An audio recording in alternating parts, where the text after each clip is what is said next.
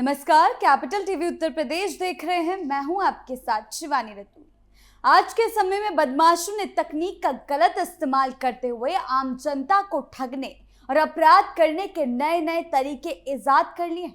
Cyber fraud अब केवल पैसों की ठगी तक सीमित नहीं, बल्कि ये लोगों के दिमाग और भावनाओं से खेलने का एक खतरनाक खेल बन चुका है। कभी डिजिटल अरेस्ट के नाम पर तो कभी फर्जी जांच एजेंसियों का डर दिखाकर अपराधी लोगों की मानसिक दबाव में डाल देते हैं, जिससे वो घबराकर बिना सोचे समझे उनकी बातों में आ जाते हैं। ये ठग इतनी चालाकी से पूरी साजिश रचते हैं कि पढ़े लिखे और समझदार लोग भी उनके जाल में फंस जाते हैं। फोन कॉल, वीडियो कॉल, फर्जी दस्तावेज और लगातार निगरानी का भ्रम पैदा कर वो पीड़ित को पूरी तरह अपने नियंत्रण में ले लेते हैं। और इसी के चलते कई बड़े केस सामने आए हैं, जिसमें यूपी पुलिस की एक्टिवनेस ने इनको सबक सिखाने के लिए बड़ी कार्रवाइयों को अंजाम दिया है। क्या कुछ हुआ है, आइए जानते हैं विस्तार से। साइबर फ्रॉड का बढ़ता जाल।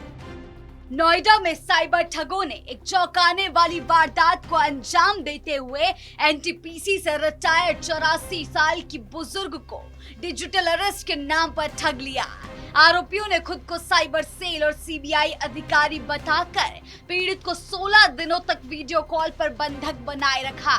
ठगों ने बुजुर्ग को धन शोधन और मानव तस्करी के मामलों में फंसाने की धमकी देकर डराया और किसी को जानकारी न देने का दबाव बनाया। डर के माहौल में पीड़ित से कई ट्रांजैक्शन कराए गए। ठगी के नए नए डिजिटल तरीके। बरेली में एक बार फिर सरकारी नौकरी के नाम पर बड़ा फर्जीवाड़ा सामने आया। खुद को एडीएम बताकर और फर्जी आईएएस बनकर दो महिलाओं ने बेरोजगार युवाओं से लाखों रुपए ठग लिए।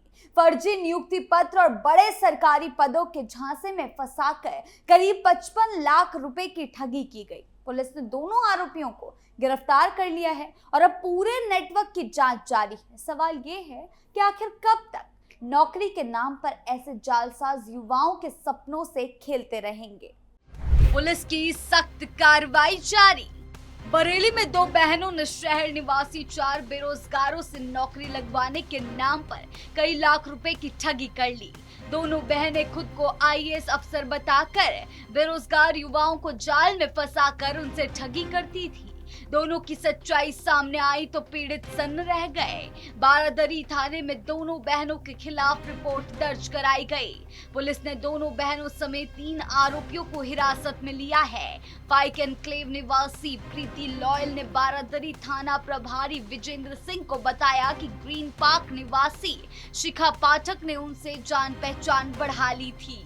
शिखा ने उन्हें बताया कि उसकी बहन डॉक्टर विप्रा मिश्रा आईएएस अधिकारी है। फिलहाल गजरौला में एडीएम वित्त एवं राजस्व के पद पर तैनात है। उसकी सचिवालय में काफी पहचान है और कई लोगों की नौकरी लगवा चुकी है। प्रीति उसकी बातों में आ गई। उसने अपनी कॉलोनी में आदिल खान, सतीपुर निवासी संतोष कुमार व बारादरी निवासी मुशाहिद को ये बात बताई। सभी लोगों ने सरकारी नौकरी के खातिर शिखा के जरिए विप्रा से मुलाकात की और उनके मांगने पर कई बार में कई लाख रुपए उसे दे दिए। दोनों बहनों ने उन्हें मनीष त्रिघाटिया, आयुक्त एवं सचिव उत्तर प्रदेश शासन की ओर से जारी नियुक्ति पत्र सौंप दिए। उन्हें कंप्यूटर ऑपरेटर और अन्य समक्ष पदों पर नियुक्ति दिलाने का वादा पूरा करने की बात कही। चारों लोग ज्वाइनिंग के लिए विभूति खंड लखनऊ पहुंचे तो पता लगा कि इस तरह की कोई नौकरी निकली ही नहीं। पीड़ितों ने पुलिस को बताया कि उन्होंने जानकारी की तो पता लगा कि पूरे खेल में दोनों बहनों के साथ ही उनका परिवार भी शामिल है। बताया गया कि विप्रा और शिखा इसी तरह लोगों को फंसाकर रुपए ठगती थी और ऐंठती थी। दोनों बहनों ने कई और लोगों को भी ठगा है। बारादरी थाना प्रभारी विजेंद्र सिंह ने बताया कि पाइक एनक्लेव निवासी प्रीति लॉयल समेत 4 लोगों ने संयुक्त रिपोर्ट कराकर इन दोनों बहनों पर करीब 11.5 लाख रुपए की ठगी का आरोप लगाया। दोनों आरोपियों से पूछताछ की जा रही है और इन्हें कोर्ट में पेश भी किया जाएगा। दोनों बहनों के कुछ और साथी बताए जा रहे हैं जो ठगी का रैकेट चलाने में इनकी मदद करते थे। ठगी के और शिकार सामने आएंगे तो उनका मामला भी दर्ज किया जाएगा। करोड़ों की बरामदगी और कई गैंग का पर्दाफाश। इटावा में साइबर फ्रॉड का बड़ा खुलासा हुआ है, जहां 4 सगे भाइयों ने मिलकर एक संगठित गिरोह चलाते हुए लोगों को ऑनलाइन ठगी का शिकार बनाया। पुलिस ने कार्रवाई करते हुए इस गैंग को गिरफ्तार कर करीब 91 लाख रुपए की बरामदगी और फ्रीजिंग की है। फर्जी लॉटरी एप्स और डिजिटल स्कीम्स के जरिए ये गिरोह देश भर में लोगों को चूना लगा रहा था। अब पुलिस इस पूरे नेटवर्क की गहराई से जांच कर रही है कि आखिर इनके तार और कहां-कहां जुड़े हुए हैं। फर्जी कॉल, वीडियो कॉल और डिजिटल अरेस्ट। इटावा में पुलिस ने साइबर ठगी के खिलाफ बड़ी कार्रवाई करते हुए एक गैंग का पर्दाफाश किया। बसरेहर और वैदपुरा थाना पुलिस की टीम ने 4 ठगों को गिरफ्तार किया है। ये चारों आपस में सगे भाई हैं और ऑनलाइन ठगी कर पैसे कमाते थे। पुलिस ने 91 लाख से ज्यादा की रकम बरामद और होल्ड कराई है, जिसमें 30,60,000 रुपए नकद मिले हैं। पुलिस को सूचना मिलने के बाद 25 और 26 अप्रैल की रात चेकिंग अभियान चलाया जा रहा था। इसी दौरान 2 बाइक पर 4 युवक आते दिखे। पुलिस ने रोकने की कोशिश की तो वो भागने लगे। इसके बाद पुलिस ने घेराबंदी कर लोहिया नहर पुल के पास चारों को पकड़ लिया।